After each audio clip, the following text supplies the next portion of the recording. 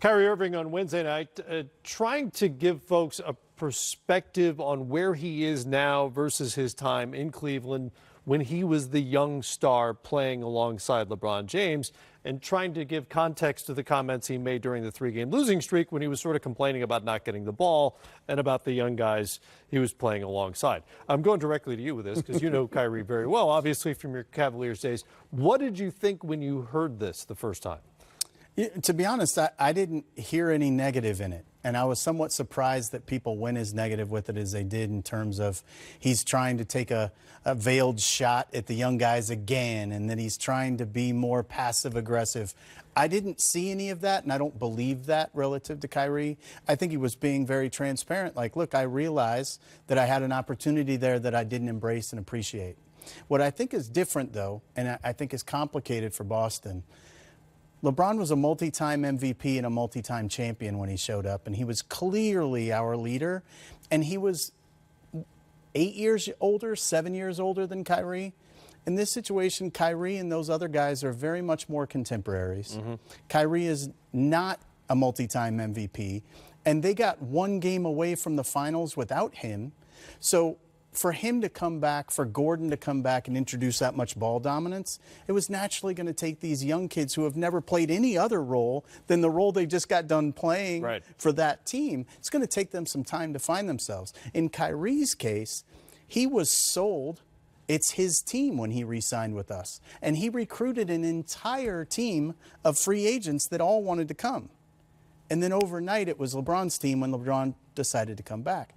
Kyrie literally had a team taken away from him. Those young kids were never at that level yet.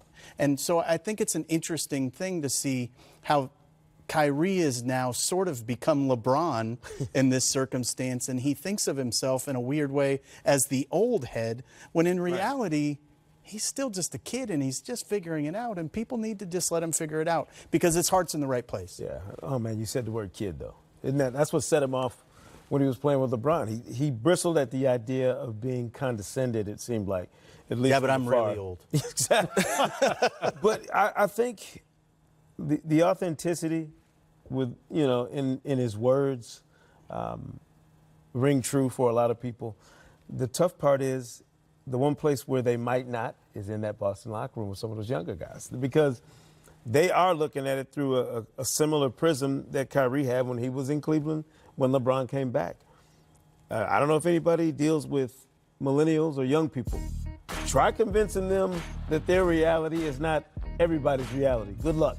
You know, and these guys played so well last year when Kyrie and Gordon Hayward were not in the mix. They have no reason to come back and believe that's not possible again for them. Jaylen Brown, Tatum, Rozier, they come back into this season with a confidence that you only accrue by doing what they did last year when these guys were out. So if you're Kyrie, you have to tread very carefully on the emotions and the confidence of these young guys, because they've got something to hold on to that you didn't have when LeBron came back to Cleveland. There had been no playoff success for Kyrie. All he was operating on was a vision of what he could do, you know, kind of a blueprint of what he thought he could be as a player and what that team could be in the future. These guys have something in the pocket already. You got to be conscious of that and acknowledge that, to me, if you're Kyrie, when you're dealing with these young guys. Brad Stevens was asked about this today, and he seemed to appreciate Kyrie's reflectiveness and his, the word he used was accountability as well. It was really interesting. The comments came right after Kyrie closed the game for them and sort of reasserted himself as one of the great closers in the league, reminded his teammates perhaps as well why he wants the ball at the end of games. I wonder, though, is this a thing that could fester? Is this a conversation that needs to be had now? I don't think so, and the reason is holding yourself accountable in the way he did gives he and Brad the ability to make it go away very quickly. Look, here's what I meant, here's what I said, it's over. Right. And the way it goes away even quicker is if you stop talking about who the leader is and just go play basketball. It's very difficult. You mentioned the fact that those young guys being millennials, right? I don't think it has anything to do with that. I think it has to do with you're 19 and 20 and the only role you've ever known how to play is being the guy who helps carry you to the conference finals. And then you're told, yeah, that was good, but we need you to sacrifice now. That's a whole lot easier for a 28-year-old who's worn different hats in his career than it is for those young guys. So this was naturally going to take time, and this was naturally going to be Brad's biggest challenge. Brad's never entered a year with this kind of expectations as a coach. He's never entered a year with this many mouths to feed. So it takes time for them to find their stride, and that's to be expected. It's a really interesting dynamic, and great players often fall into this trap of talking about their guys and their team because they're asked about it all the time. But there's always something that's a little off about that to me, declaring it yourself. The great players don't necessarily need to announce that. Kyrie's actions will speak louder than any of his words. Absolutely. If he just continues to do what he does best, and that's play his guts out and play for the greater good. It's not like I've never felt like Kyrie was out there playing for the spectacle of Kyrie. Even if his game suggests that's what he's doing because it's so flashy, I never got the feeling that he was that kind of guy. Certainly not when LeBron came back. He slid into his role, even if he did it begrudgingly.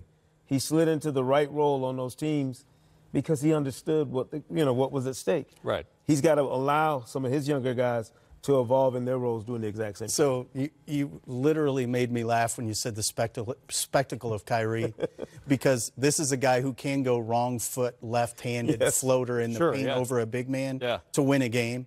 That's a spectacle in and of itself. Yeah. Where I think you've seen him showing real leadership, though, and he gets very little credit for this. He has picked up his end of the deal on the defensive side of the ball by leaps and bounds over where he was before. He's much better at the point of attack in a pick and roll than he's ever been. He's buying into everything that they are asking everyone else to do. He's just learning how to vocalize it.